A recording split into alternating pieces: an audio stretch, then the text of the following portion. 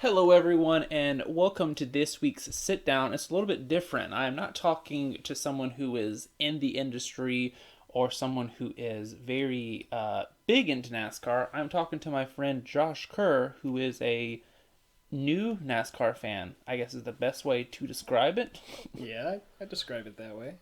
So I thought it'd be cool to do this little sit down with you and kind of get the perspective of someone who didn't grow up in NASCAR and just seeing how it kind of looks through like your eyes. Because I think a lot of people who follow my page, they come from families that watch the sport, much like, football or baseball. I think if you grow up and, your dad or your mom watches it, you grow up thinking, oh, I want to watch it with them. So I think it's cool getting the perspective of someone who did not grow up watching NASCAR, really knowing anything about it. So I thought I'd use a little bit of your expertise. Usually I throw out people's stats whenever they come on here, but you don't really have any stats, so you're just any stats. professional friend Yeah. of over a couple of hundred people. So Yeah. That's pretty true, yeah. If this was a theater one, I could throw out a lot of stuff, but I feel like if I started throwing out musicals on here, a lot of people would be like, I don't know. I've never heard of that. Was he on 24? Yeah. My name is Earl. Yeah. Yeah, that one. That was in there. So to begin with, growing up, what were your thoughts on NASCAR? Like whenever you heard NASCAR or you watched Talladega Nights or whatever, what was your thoughts on NASCAR?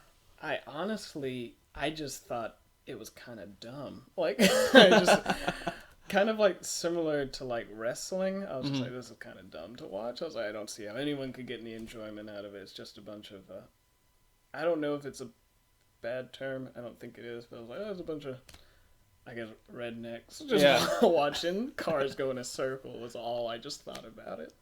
So yeah, that was my first impression of NASCAR. Yeah, I feel like if you don't grow up with it and you just hear like, well, there's guys getting in a race car, and you're like, okay, so they're driving in a car. Yeah. You're like, oh, okay, and they're like, but they just turned left. Yeah. You're like, I just went in a circle. That's not that exciting.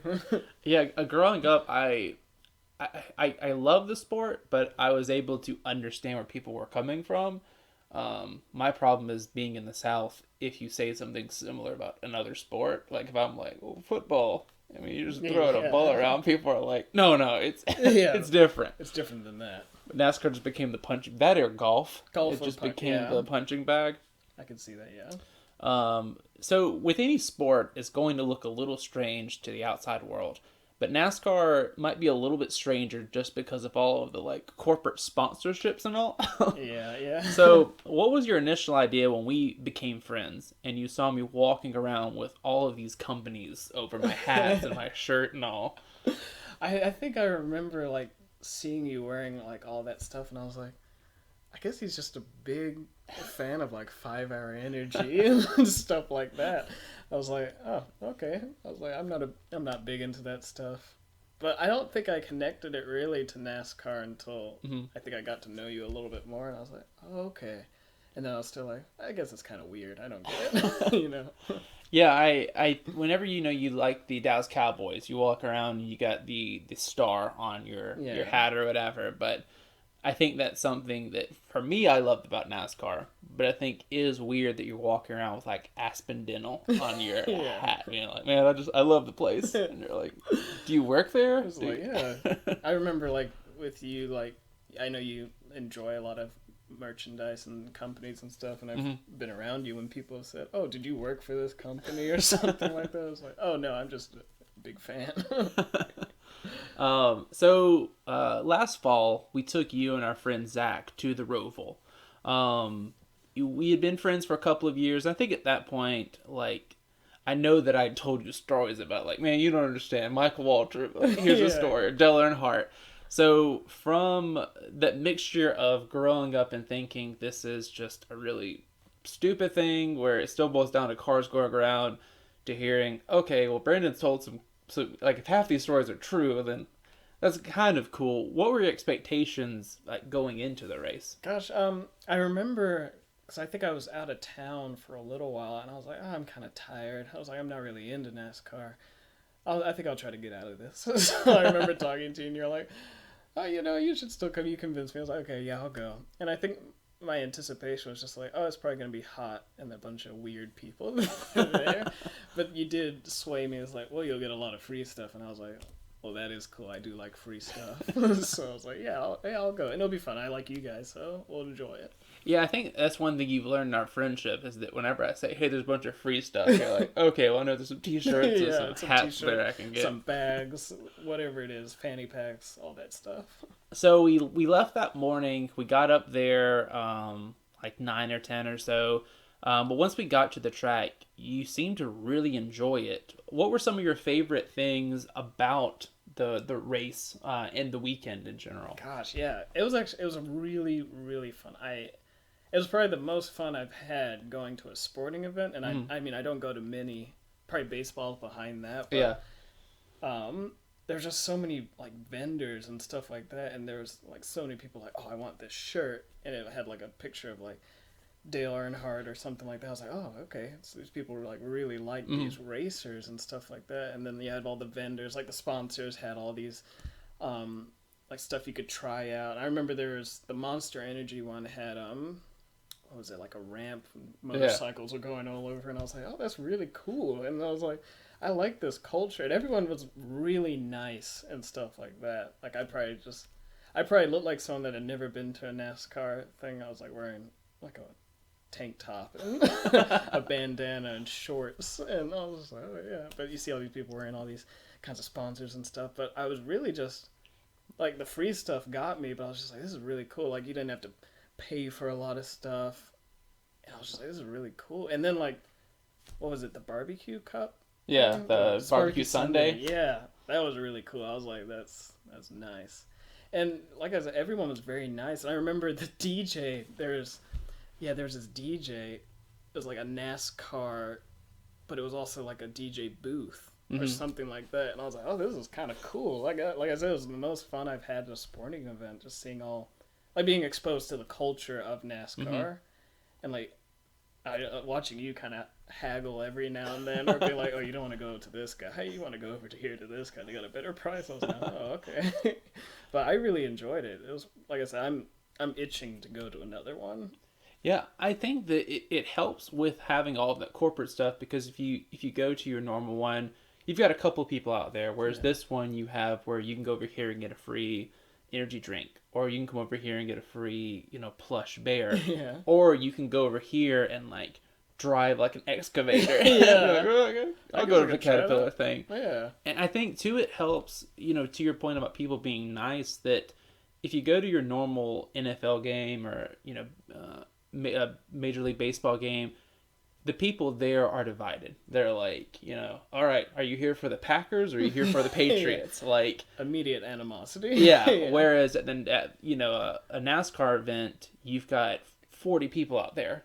So you've got people from all these different sides. So if you're wearing, a couple people shirts, you might have someone say, well, Kyle Busch sucks, or whatever. But for the most part, you're not going to have someone come up to you and say, hey, I hate you because of the shirt you're wearing. Yeah.